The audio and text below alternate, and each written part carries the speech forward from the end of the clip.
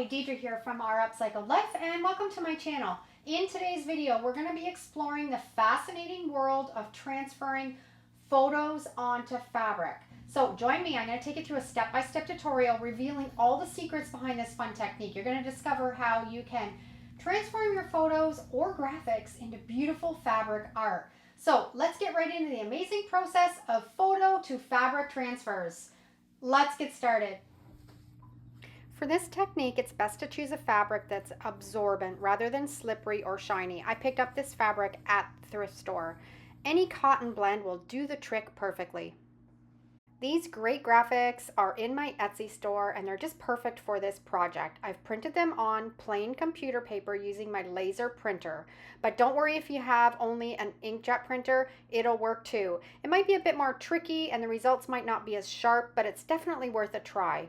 I'm going to cut them down to match the size of the fabric I want to transfer them onto.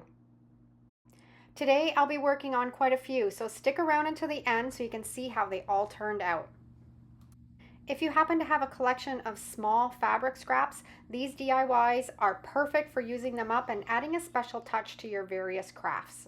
Now let's move on to transferring this photo onto the fabric. For this step, I'm going to be using my Mod Podge mat. I'm applying a generous coat of the Mod Podge over the entire photo, making sure to cover it right to the edges. And then I'm going to flip it over and carefully position it exactly where I want it on the fabric.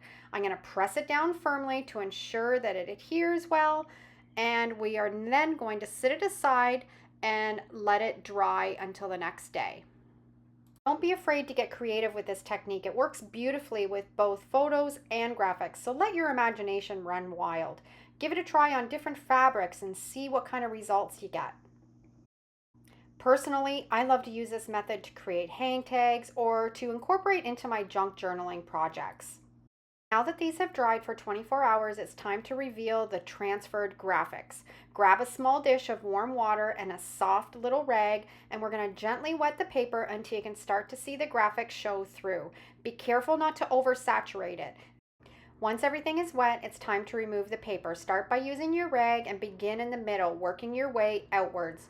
Rub off the paper in gentle circular motions. You'll notice the paper starting to come off, revealing that graphic underneath. Be careful not to be too aggressive. You only want to remove that top layer of paper. Avoid rubbing the graphic itself.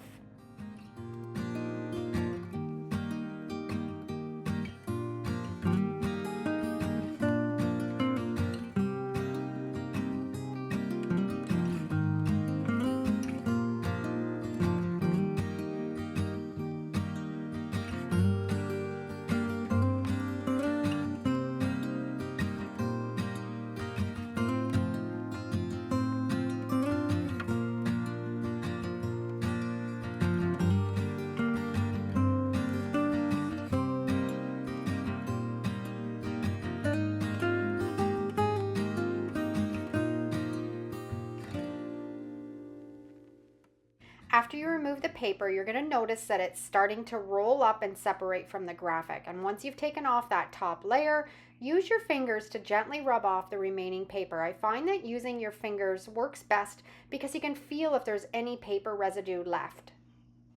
It's hard to tell if you've gotten it all off just with a rag. So rely on your sense of touch to ensure that you can get all the last of that paper off with your fingertips. After you believe you've removed all of the paper and the transfer has dried, you might notice a faint white haze or residue. Don't worry. Simply use your fingertips, dip them in a little bit of water, and gently rub off any of the remaining paper. You might have to do this a few times before you get it all off. It might take a bit of time, but I personally find it's quite relaxing. I just sit back, I just rub off that paper, enjoying the moment, and I keep rubbing until that beautiful graphic shows through on the fabric. Now that I've removed all the paper, I'm going to use my Cricut weeding tool to gently fray the edges of the fabric. This will give it a rustic, primitive feel that I think suits this photo perfectly. It's a simple step, but it adds a really nice touch to the finished piece. Now that we've removed all the paper and frayed the edges, it's time to apply a top coat. I'm going to be using the Mod Podge matte again to completely cover the fabric and seal everything up. It's a personal preference, so you can skip this step if you prefer. I personally like the look of it. Plus it helps prevent any further fraying and keeps everything intact. If you prefer a glossy finish, you can use your Mod Podge gloss instead. For me, I prefer the Mod Podge matte that provides that perfect look. With the first one all finished, I'm going to attach it to a card. I've grabbed some scrapbooking paper, and to give it a distressed look, I'll ink around the edges. Then using the glue stick, I'm going to apply it to the front of the card. It's such a simple and easy way to create a fun DIY project that anyone would be delighted to receive. All the photo and graphic transfers on the fabric are now finished, and I'm thrilled with the way that they turned out. If you're interested in trying this technique and using these graphics, they're available in my Etsy store. I've created bookmarks and some cards and some hang tags, but the possibilities are truly endless. I'll include the link to the store below in the description. I hope you found today's tutorial on transferring photos or graphics onto fabric enjoyable. Thanks for watching, have a wonderful day, and I look forward to seeing you in the next video. And if you enjoyed this tutorial, I'm sure you're going to love either of these next two videos as well. Take care, and thanks again for all of your support.